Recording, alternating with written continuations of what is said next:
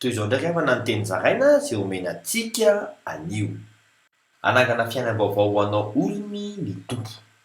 Ireo olon'i Kristy mety hiova namana ianao na dia maminao azy izy ireo. Araka voasoratra ao amin'ny filazantsara Marka toko voalohany andiny faharoapolo amin'ny anaran'i Jesosy hoe dia niantso azy niaraka tamin'izay izy ary izy mirahalahy nandao an'i Zebedio rainy teo an-tsambokely mba ny olona no karamaina ka dia nanaraka an'i Jesosy.